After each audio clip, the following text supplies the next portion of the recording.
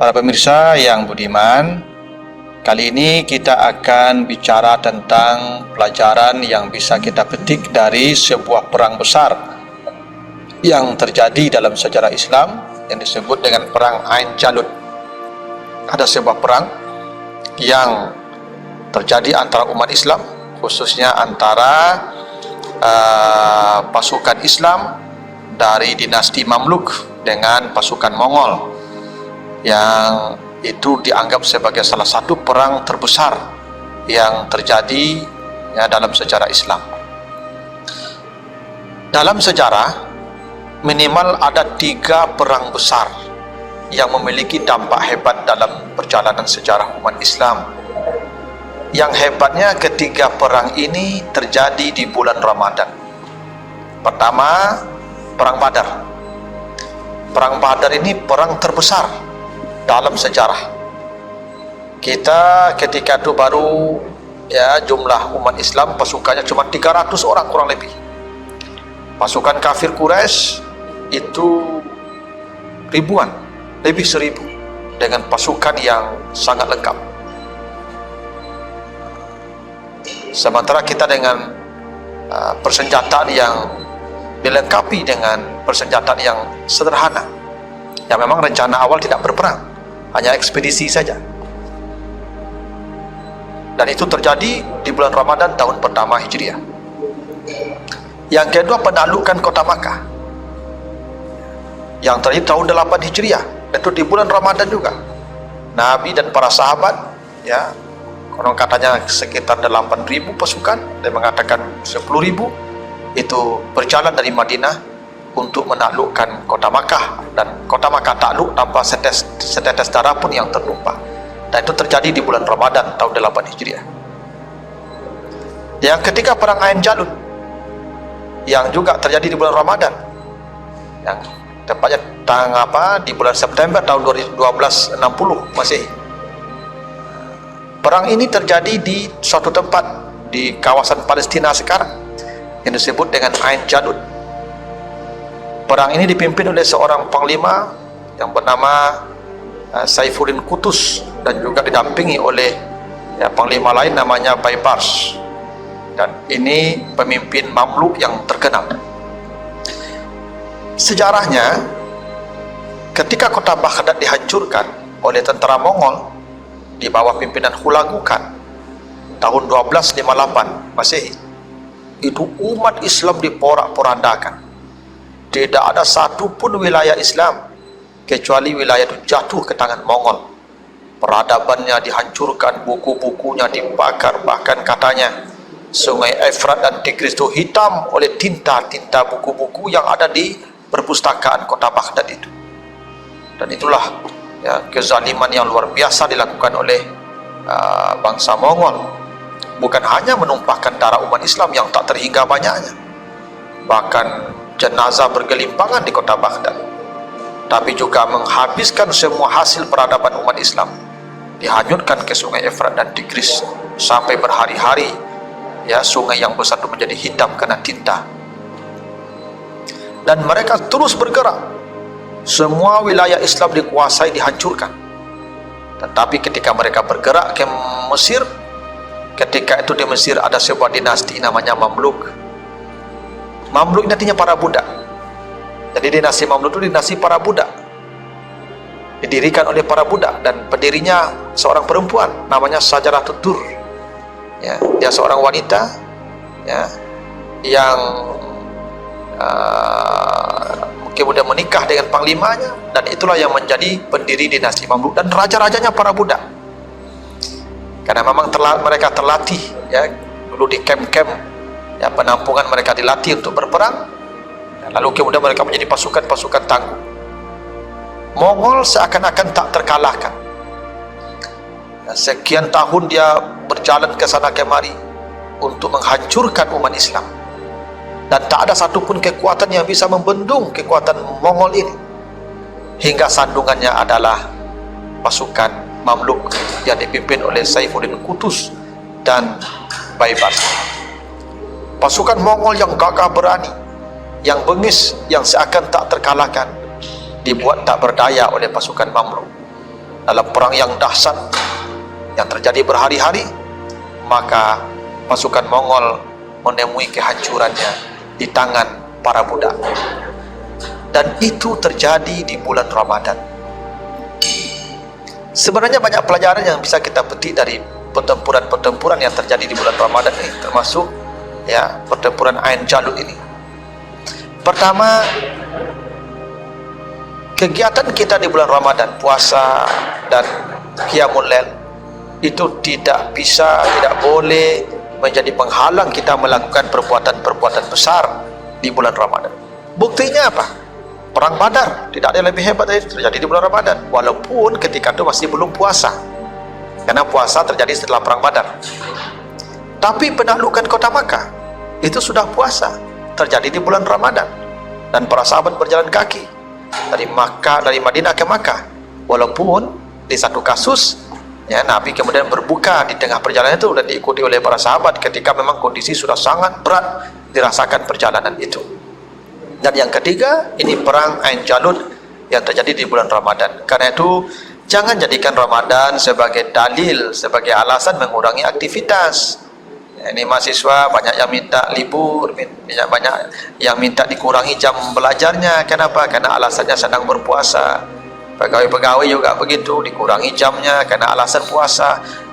Puasa tidak boleh jadi alasan kita mengurangi aktivitas. Itu buktinya perang-perang besar terjadi di bulan Ramadan. Bahkan sejarah membuktikan Indonesia merdeka 17 Agustus itu tahun 45 itu pas di bulan Ramadan, hari Jumat. Betapa Ramadan itu membawa berkah. Ya, kemenangan-kemenangan besar itu ada di bulan Ramadan. Itu kenapanya? Itu kenapa Ramadan itu hari kemenangan. Kata? Makanya minal aidin wal faizin. Betul.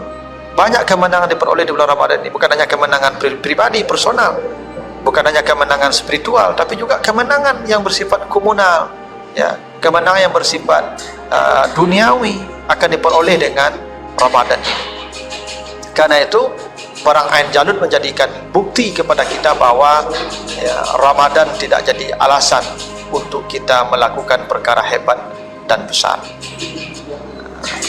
Dan perang-perang yang lain ya, seperti perang Badar, perang penaklukan kota Makkah, itu juga syarat dengan nilai, dengan perjuangan. Itu kenapa Nabi mengatakan setelah perang Badar, Nabi berkata kita baru kembali dari perang kecil dan kita akan menghadapi perang besar. Sahabat bertanya, ya Rasulullah, masih adakah perang yang lebih besar dari ini?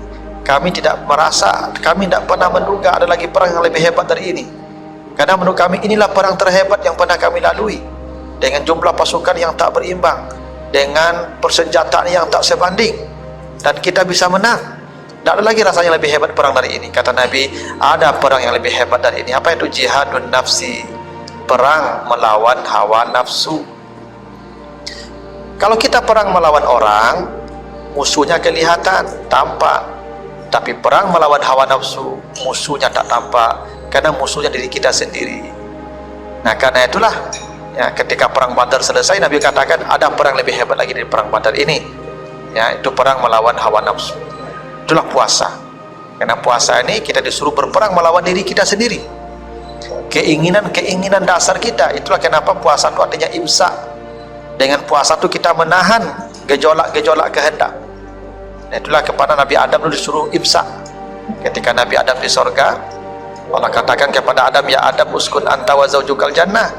Hai Adam, tinggallah engkau di sorga, makanlah semua yang ada di sorga, wala taqraba hazihi syajara, tapi jangan kau dekati pohon ini. Nah, larangan tidak mendekati pohon ini itu disebut dengan imsak, menahan. Itulah artinya puasa sudah ada sejak Nabi Adam. Jadi puasa itu sudah ada sejak Nabi Adam, karena arti puasa itu imsak. Dan yang pertama diperintahkan Allah kepada Nabi Adam adalah menahan diri agar tidak mendekati pohon ini. Nah, menahan diri itulah bahasa Arabnya imsak, puasa. Dan itu Nabi Adam gagal, maka diusir ke bumi. Dia tetap bukan hanya mendekati pohon, makan pohon itu dia makan buahnya malah, maka diusir ke bumi. Kenapa? Karena manusia ini Allah yang menciptakan, dan Allah tahu betul dengan karakter manusia. Apa karakter manusia? Manusia itu punya karakter tamak, ada sifat rakus, sifat yang tak mau puas, yang tak pernah merasa cukup, maka puasa akan membuat manusia merasa berkecukupan hidupnya. Karena puasa imsak, jangankan yang punya orang, yang punya kita pun tidak kita sentuh kalau tidak pada waktunya.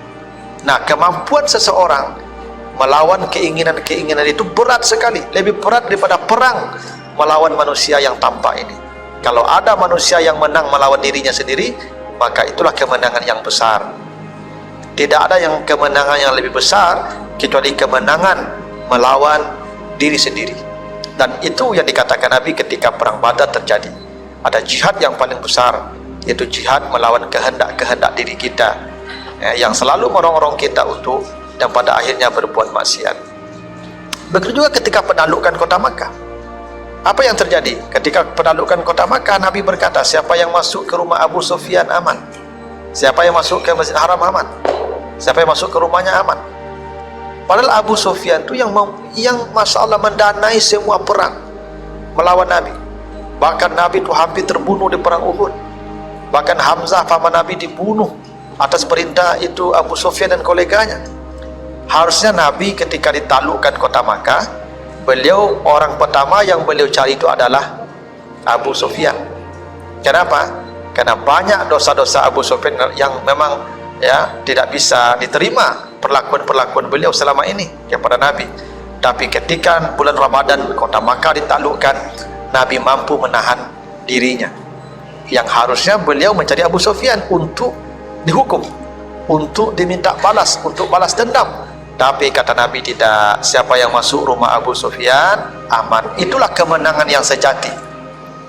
Kemenangan ketika kita mampu melawan kehendak diri kita, melawan tuntutan nafsu kita. Biasanya kalau ada orang berbuat jahat kepada kita, nafsu kita akan mendorong kita untuk membalasnya. Ketika kita punya kuasa membalasnya, punya kesempatan membalasnya, maka kita akan membalasnya. Tetapi oleh Nabi tidak, dicontohkan hal yang lain, hal yang berbeda. Apa itu? Diberikan dia maaf, bukan hanya diampuni dia, bahkan diberikan penghargaan bahwa siapa yang masuk berlindung ke dalam rumah Abu Sufyan, maka dia dijamin keamanannya. Begitulah contoh betapa hebatnya perang yang pernah dilalui oleh umat Islam, yang perang yang sangat manusiawi, yang perang bukan untuk menghinakan orang, perang bukan untuk menghancurkan orang, tapi perang untuk menegakkan kebenaran, nilai-nilai keadilan, untuk supaya manusia terhindar dari kezaliman. Dan itu pula lah yang terjadi ketika perang Mongol, ketika perang Ain Jalut, ketika pasukan Mamluk berhadapan dengan pasukan Mongol. Kemenangan sejati sebetulnya adalah bukan hancurnya Mongol, tetapi berhentinya kezaliman. Bahwa tidak pernah ada kezaliman yang permanen di muka bumi. Kezaliman sehebat apapun pada waktunya akan rontok, akan hancur oleh sebuah kekuatan yang boleh jadi kekuatannya rendah, ringan atau kecil. Makanya Mamluk itu sebuah kerajaan yang dipimpin oleh bukan orang-orang hebat, para budak. Tapi justru Mongol yang gagah berani hancur dan takluk di tangan para budak. Anda yang sedang berkuasa hari ini, jangan merasa sombong dengan kekuasaan Anda. Jika Anda tidak tersentuh kekalahan, tidak tersentuh hukum, maka jangan berbuat semena-mena, karena pada waktunya kehancuran Anda akan datang. Dan sejarah telah membuktikan itu. Tidak ada yang lebih hebat dan lebih kuat dari bangsa Mongol, tapi kemudian kehancurannya ada di tangan para budak. Anda yang sedang berkuasa, memimpinlah dengan adil, tegakkanlah keadilan, jangan berbuat zalim, jangan semena-mena kepada manusia. Tidak ada kezaliman yang akan dipelihara oleh Allah di muka bumi ini, dan dia akan menemui ajalnya pada waktunya. Karena Allah telah menjamin bahwa kebenaran itu akan datang, dan semua kemungkaran, kebatilan, kezaliman itu akan lenyap. Wa kana al-batkana wa zahuka, dan semua kebatilan itu pada waktunya akan lenyap, akan hancur dan binasa. Bahkan lihat tuh Fir'aun, dia mencoba menjaga eksistensi kezalimannya, tapi justru kehancurannya dia pelihara sendiri. Dia membesarkan Musa dengan tangannya sendiri, orang yang akan menghancurkan kekuasaannya, dan dia tidak sadar bahwa dia sedang memelihara orang yang sedang menghancurkan dia. Anda yang sedang berkuasa belum tentu, boleh jadi kehancuran Anda sudah dekat, dan orang yang menghancurkan Anda itu sedang berada dalam pengasuhan Anda sekarang ini. Itulah hebatnya rencana Allah. Orang yang menghancurkan Firaun bukan orang lain, bukan orang datang di luar dirinya, tapi Musa yang hidup di istananya, yang dia biayai hidupnya, yang dia pelihara dengan tangannya sendiri. Disitulah Allah rencanakan kehancuran dia. Tidak ada kezaliman, tidak ada kemungkaran yang kekal abadi di muka bumi. Dan perang Ain Jalut mengajarkan kita tentang pelajaran yang demikian. Maka yang zalim segeralah bertobat, minta maaflah kepada manusia sebelum Allah benar-benar menghancurkan Anda oleh hal-hal yang mungkin tidak Anda duga sama sekali. Begitu yang bisa kita bahas tentang perang Ain Jalut. Mudah-mudahan kita mendapat pelajaran daripadanya. Lebih kurang mohon maaf. Wassalamualaikum warahmatullahi wabarakatuh.